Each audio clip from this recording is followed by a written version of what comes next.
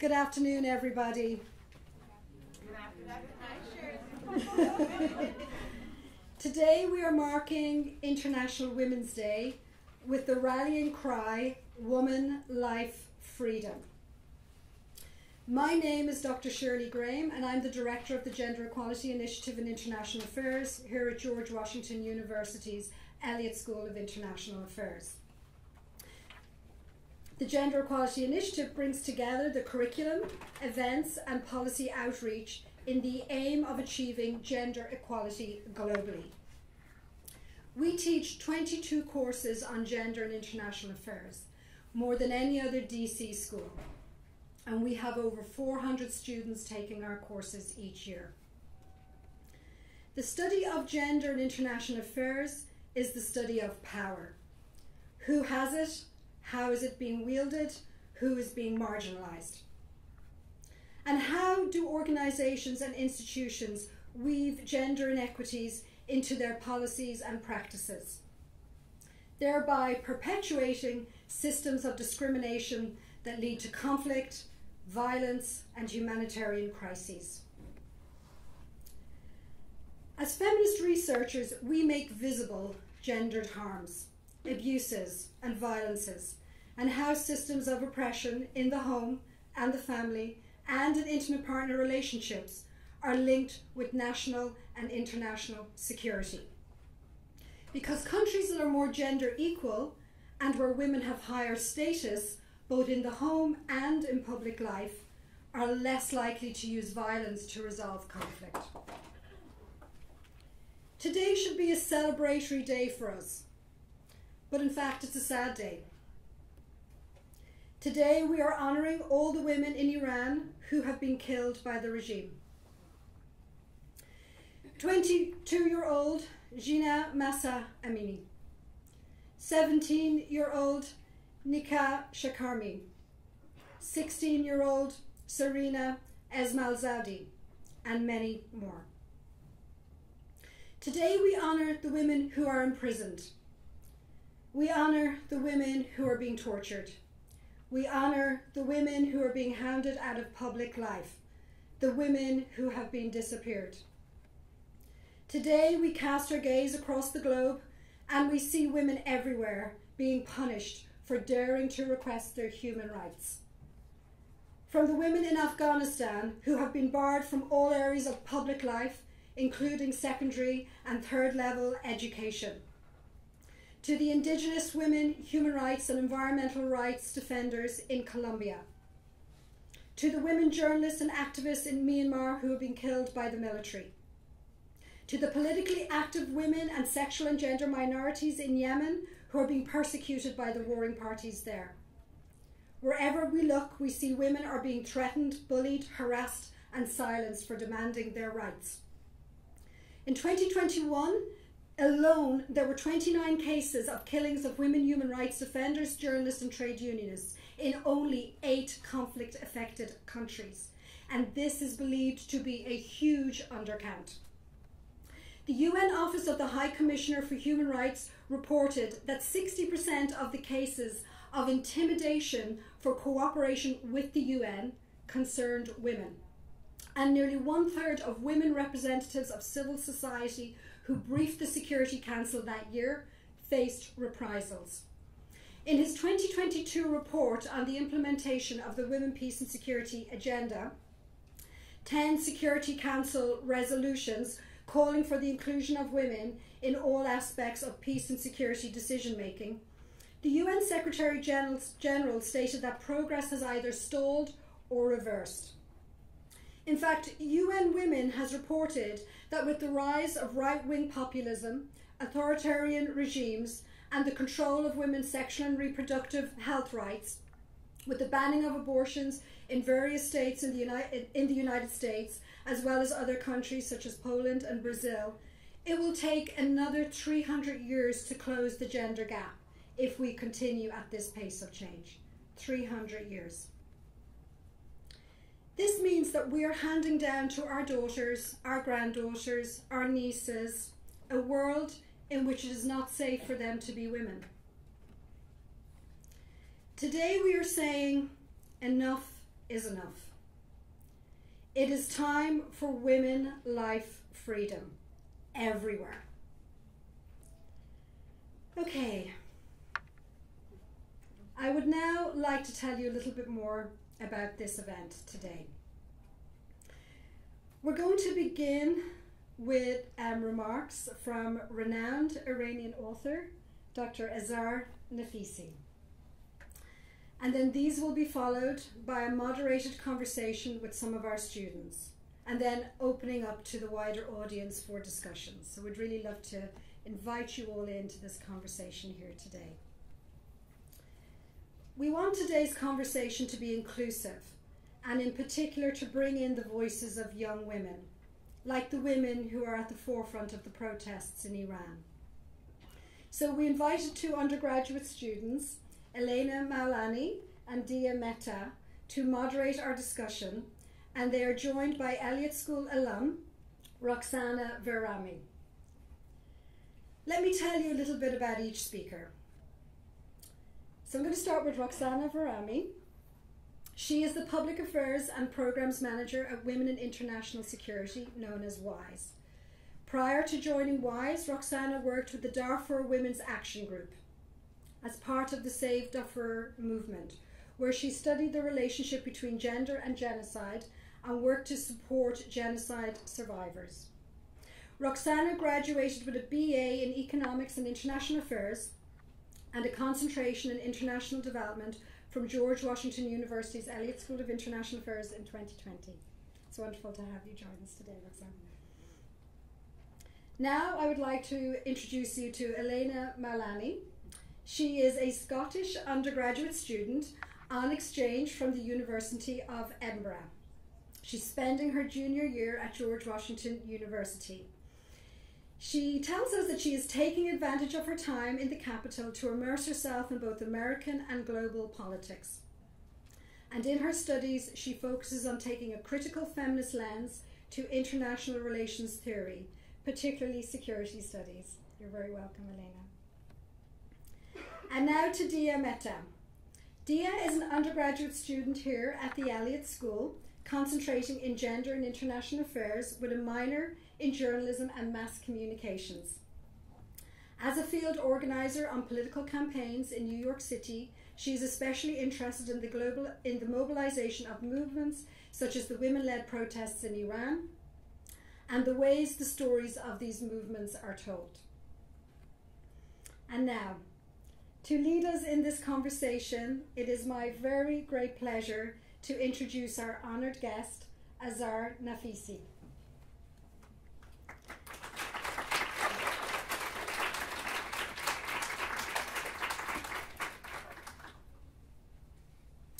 Dr. Azar Nafisi is the critically acclaimed author of Reading Lolita in Tehran, a New York Times bestseller that is published in 32 languages. Dr. Nafisi is also known for her other works, including Things I Have Been Silent About, The Republic of Imagination, and That Other World, Nabokov and the Puzzle of Exile. She most recently published Read Dangerously, The Subversive Power of Literature in Troubled Times. She has held various teaching posts across the world, including at Johns Hopkins University, Oxford University, and the Free Islamic University, and she now resides in Washington, D.C. In her writing, Dr. Nafisi discusses how acts of storytelling can save us. And she says, we need the poet to constantly question things as they are, to jolt us out of our comfort zones, to make us look at the world through the eyes of others, and to seek to understand experiences that are not our own. Before I hand over to Azar, I would like to thank all of the wonderful people who made today happen. To my wonderfully supportive colleagues and sponsors of today's event. In particular, I would like to thank Dr. Roli Lal of the Global Affairs and Religion Network, known as Garnet. Professor, and please stand up.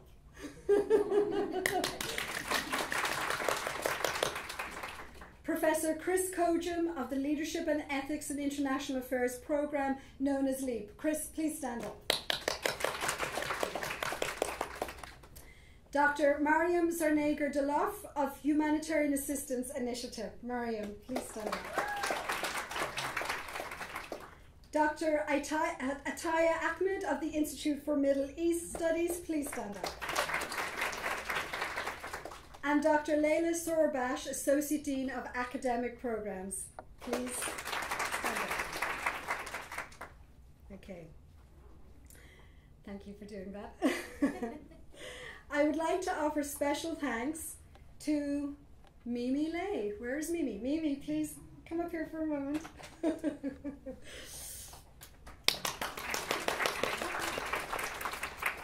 Mimi is a George Washington Senior undergraduate student majoring in political science and minoring in public health and women's gender and sexuality studies.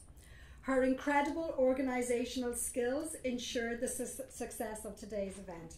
So thank you so much again, Mimi. I would also like to thank my wonderful program assistant, Yvonne O.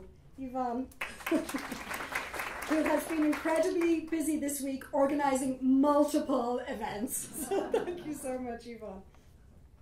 And of course, my thanks to the very large cast of student volunteers who are here with us today. We couldn't have done this without each and every one of you. So thank you so much to all our students. So now, Dr. Azar Nafisi, I would like to invite you to the podium. Thank you.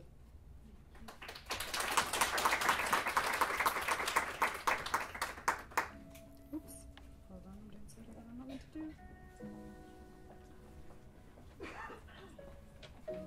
So if we can just move on to the next slide. Just the next slide.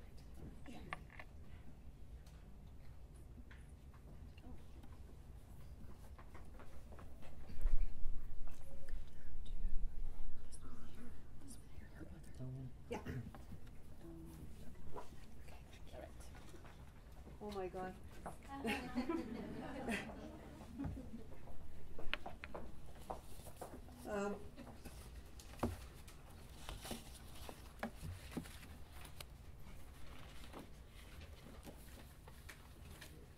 It is my great honor to be here with you, sharing and celebrating International Women's Day. Thank you so much. Thank you, Dr. Graham, wherever you are over there. And your wonderful team. Already I have been talking to so many lovely, I call them friends and colleagues at the Elliott School, and I keep thinking of hatching a few conspiracies here today.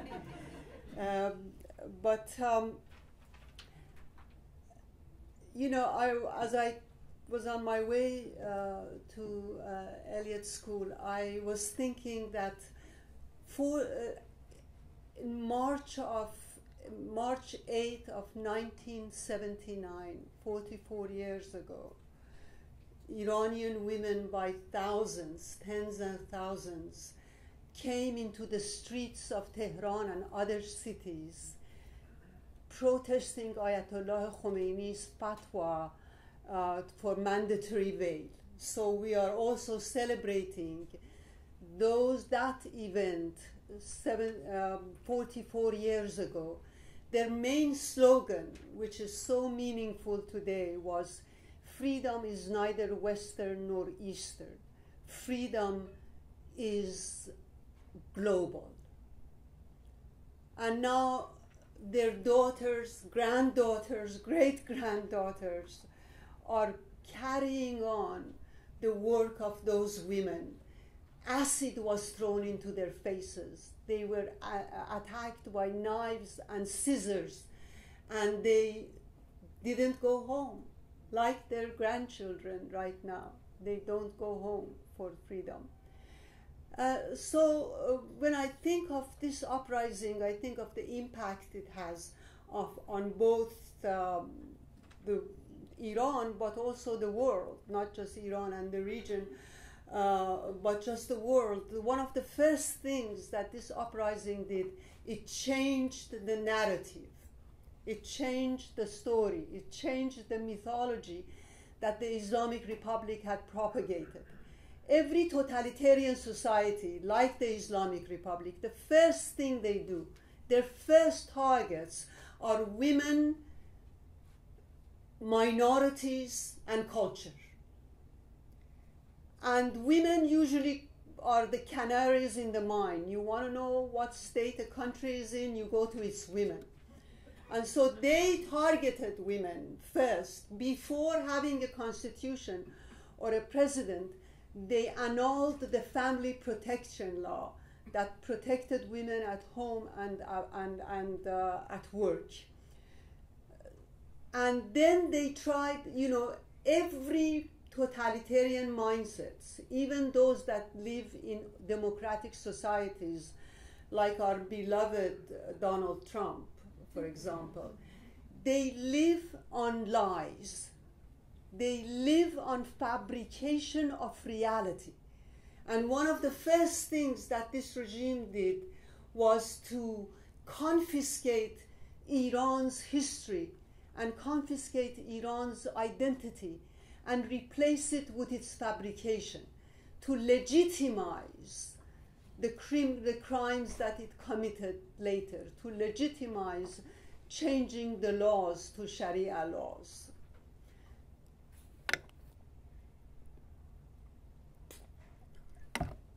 So they created this new myth, and what really surprised me was when I came to the United States. I migrated with my family in 1997. And I came here, I thought, we're all free, I can now talk about this and get real, real feedback, And I realized that the propaganda, that the mythology, that the lie that the Islamic Republic had propagated had gotten into mainstream America, had gotten into media. For example, the head of the Iran Islamic human rights in Iran would have an interview with Farid Zakaria, where Farid asks him about stoning people to death. And he says, oh, you don't know about our culture. It's our culture. So whenever I criticized Iran or criticized the situation of women in Iran, somebody would inevitably tell me, oh, but that's their culture, and you are being Western. Now, if you were on the extreme right, you say it's their culture, they're a bunch of barbarians, they should be not allowed into the country, the way the previous administration did. If you are on the far left, you say, oh, it's their culture, we should not criticize them. We should not interfere with them. So I ask you, what was it that they called their culture? And what is it that is Western? Because both these viewpoints are so prejudiced against a whole segment of the world. Because the way they talk about this is as if freedom of expression, freedom of choice, freedom itself is a Western entity. Let's not interfere with them. It is the kind of, they are different from us. It is the same kind of a lie that you would use during fascism or communism or slavery. They are different from us. They don't need the freedoms we do. Who are you to tell me what kind of freedoms I want or I deserve? So that was one of the things that really made me angry. And I felt that people in the West had a lot to learn from people like the women in Iran, And let us look at the laws they changed. Let us look at what their culture means. As soon as they came to power, they targeted the laws regarding women. Now, they reduced the age of marriage, which was 18 for females, to 9. Anyone who tells me a 9-year-old girl accepts this as their culture, I think he should be not let into the streets. There's something deeply wrong with him. So they made women's worth legally as half men. If a man killed a woman, the family of the woman had to pay blood money to the family of the man in order for him to be punished. They brought polygamy, and while they implemented the never done punishment of stoning to death for what they called prostitution and adultery, they themselves legalized prostitution by temporary marriages, where a man could rent a woman from 5 minutes to 99 years. They gave the custody of children to the male in the family. If the father was not there, then his father, for example, would gain the custody. They defrocked women judges because women are too weak-minded to become judge. They cannot be judge. This is what they called our culture. And what was our culture? If you want to retrieve that identity that was stolen from us, what was that culture? It goes back to 5,000 years ago. It boasts of Cyrus's cylinder, which is supposed to be the first attempt at creating a universal Declaration of Human Rights. You talk about women in these cultures. There are some translations of poems. Dick Davis just recently translated a book on 1,000 years of Iranian women's poetry in Persian. That poetry, 1,000 years ago, is so sensual, is so even erotic. Then the images of women in Iranian literature, my God, just read the epic poet Ferdowsi. They have women like Rudabe, who not only drinks wine with her beloved, but refuses to marry the man they chose for him and chooses her own husband. Now we have 9-year-old girls being sold into marriage by their father. It goes back to 1,000 years ago. At the time of the Islamic Revolution, we had women active in all walks of life. We had women pilots, women policemen, women in heavy industry, women engineers, women doctors, women teachers. They said that women should be going home. They wouldn't. They wouldn't go home. So let me, just for the fun of it, tell you what they, actually, this is me and my mother. I was about 5 years old. This is how my mother, decades and decades ago, dressed and appeared. And by the way, she was one of the first women to go into the Iranian parliament in 1963. Now, I'm very bad with technology, even when I just have to click. This is how her daughter was supposed to look like. And my own daughter had to look like this when she turned 9. Now, this is for those of you who have read Reading Lolita. This is the picture in Reading Lolita I talk about.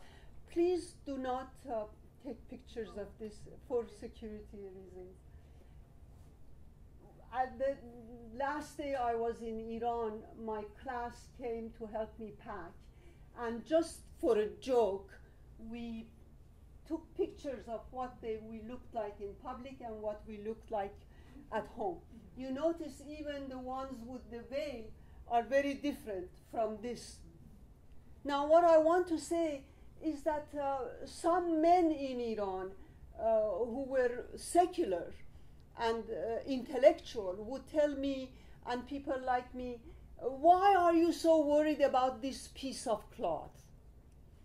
And this is a bourgeois act. We are fighting against US imperialism, so why are you bringing in the question of women? I bring the question of women because it is not just a piece of cloth. Because the Islamic Republic wants to change you. It wants to mold you. It wants to turn you into its figment of imagination. And it wants to tell you, you are not whom you want to be, whom you claim to be. You are what I tell you to be. It destroys your sense of yourself. It alienates you. It is not that I am for or against the veil. I don't wear the veil. But I think that there should be freedom of choice. People, if they want to wear the veil, they wear, and there should be my freedom to criticize it, but definitely not ban it. Definitely not ban it. And yet, here we are, the Iranian women. This is what we really were, and this is what they turned us into. So you can, and one of the most amazing things about this movement was the fact that the Iranian women resisted from the beginning till today. Before the revolution, we had 2 women ministers. One minister for women's affairs, the second in the world to have such a position. French were the first to have a minister. And she was, fortunately, at the time of the revolution, she was at UN, so she wasn't in Iran, and she could escape their wrath, because they would have killed her had she lived in Iran. Her name is Mahnaz Afkhami, and she lives in US right now. The second woman, the first woman to become a minister in Iran, was Dr. Farrokhruy Parsa. She was my school principal before she went into Iranian Senate, and then became the first minister for higher education, and she was the one who changed the Persian textbooks, school books, to bring in women as equal to men. She was arrested, accused of warring with God and corruption on earth. Now, I want to read to you a segment of the last letter Dr. Parsa wrote to her family before she was killed by the regime. She says, "I am a doctor, so I have no fear of death. Death is only a moment and no more. I am prepared to receive death with open arms rather than live in shame by being forced to be veiled. I am not going to bow to those who expect me to express regret for 50 years of my efforts for equality between men and women. I am not prepared to wear the chador, which is the veil, and step back in history." So these are the kind of women that today these children of revolution are following. We don't need to go to West to look for freedom. We go to our past. That is where the desire, the urge for freedom exists, to the point where today women go into the streets knowing that they might not come back. They are beaten. They are shot through the eyes with pellets. They are tortured, and they still go back. For 44 years, that is what the Iranian women did. Because you see, this fight is not a political one, it is an existential one. Like slavery, like the fight against fascism, it relates to your existence, to your life, because what is taken away from you is not just your political rights, but the right to exist as a human being. Your humanity is denied. And therefore, you try to retrieve that humanity. One of the worst things about a regime like this is that it humiliates you. One of my students, Sanaz, she was arrested and her friends, they were arrested by the regime. And she told me how humiliated she felt when they forced her to have a virginity test. They gave them virginity test twice to make sure. Another friend of mine who was flogged because the punishment for not wearing the veil, one of it is being flogged, told me that more painful than the pain of the of being flogged was the pain of humiliation. And I remember when I was expelled from University of Tehran for refusing to wear the veil, I had a sense of liberation and rage,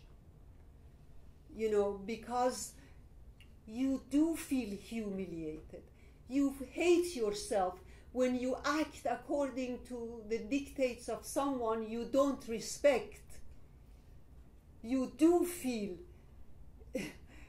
bleeding, and you do have to resist, because to resist is to stay alive. That is the only way you can stay alive in a place like that. The Iranian women, for 40 years, Iranian women wore what I call the weapons of mass destruction, which is a little bit of lipstick. I learned to wear lipstick when I went to Iran. I wore it as a means of protest against the regime.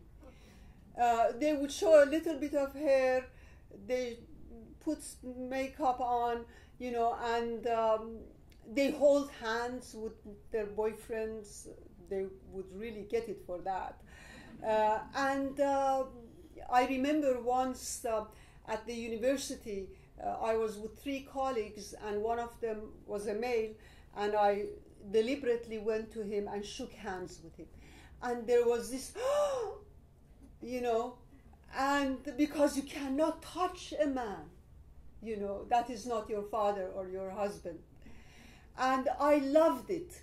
I mean, these were the good moments, when you would hold hands with someone you shouldn't, when you wear lipstick and look at them, mischievously, even if they throw you out, So for 44 years, Iranian women resisted, until today, which is the culmination, the cumulative culmination of what these women are. To make this long story short, I just want to say one more thing which I forgot. I usually write 100 times my speech, and I never read from my speech. Today I thought, at least look at it. And I looked at it and I noticed, yep, I have forgotten one part. So do I have time to I was talking about the identity, Iranian identity, and those of you among Iranians here can correct me if I'm wrong. My father used to tell me this country is very ancient, and it has been invaded so many times. It has survived many invasions, and this last invasion by people who are supposed to be the same as us is perhaps the most painful one. But he said, we Iranians kept our identity through our poetry. He said, if you want to have a thread from Iran then and Iran now, you go to the poets. And you do go to the poets. On the back of trucks in Tehran, there are lines from our classical poets, Saadi, Hafiz, or Khayyam.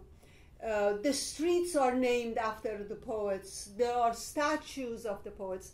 This city, Washington, doesn't have one street named after its poet or writers. One conspiracy is to bring the poets to Washington. No, honestly, it is shameful. I mean, it is your national heritage. It is who you are. It is how the world knows you. When I went to Iran, I realized people in Iran appreciate United States much more than United States appreciates itself. They disagree with its politics, but they love its culture. I personally love Marx Brothers. I don't know about you. But anyway, to make this long story short, when these people came to power, one of the first things that they did was bring down the statues of the people of the royal family and change the name of the streets.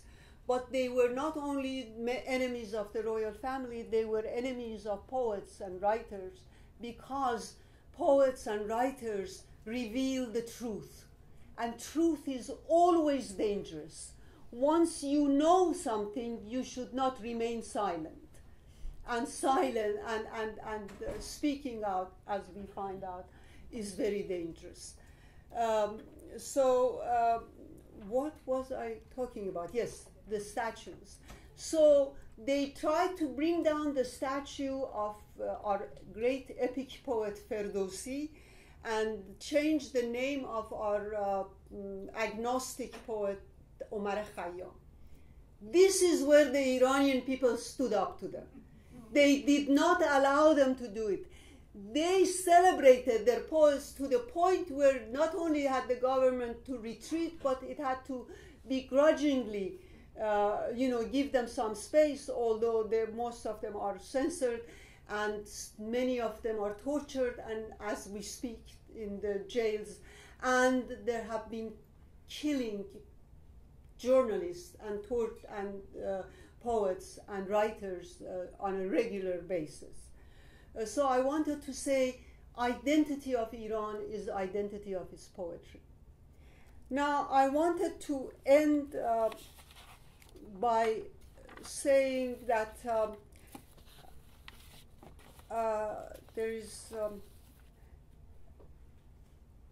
when I talk about this uprising being existential, I mean that I go back to the slogan.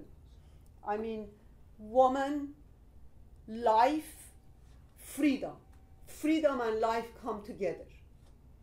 And when I say it in United States, I think we should remember that a meeting like this, if it happened in Iran right now, we would be gassed. We would be beaten. We would be taken to jail. Now, do we appreciate these simple freedoms of life? Because they say life and freedom become synonymous. Do we appreciate these details of the freedoms that we have? And do we use these freedoms in order to gain more freedom? This is a question that we need to ask ourselves. So, what is happening in Iran right now? every space, public space, that was occupied by the regime is being emptied by the women and men who occupied these spaces themselves. The sounds of bullets are matched by people singing and using music to express themselves. They burst out dancing, and you know, all of this means flogging. They burst out dancing and singing and playing music in the streets. The buses and metro are segregated the way they were in 1950s in the United States, by the way. The buses are segregated, but women, you have them go into the buses and start singing and dancing. So they have occupied the spaces that was taken away from them. They have retrieved those spaces. And so what I wanted to, they chose life. They choose life, and they are dying because they choose life. So I wanted to end on a note of hope, because I am hopeful. And I am hopeful not the way we usually use hope, but the way one of the popular figures in Iran, the former Czech Republic president, Václav Havel, he said, hope is not optimism. It is not the conviction that something would be rewarded. Hope is there because something makes sense, because it gives meaning to your life, and you do it no matter what the outcome. That is why these women are in the streets. Not just because they want freedom, but it is because it is the right thing to do. And that is what we learn from this new revolution. So I thought I will choose life with them for you and end with a video of women dancing in Iranian metro, and finish my own talk by reminding you freedom is not Eastern or Western. Freedom is global, and woman, life, freedom. Thank you, and could we...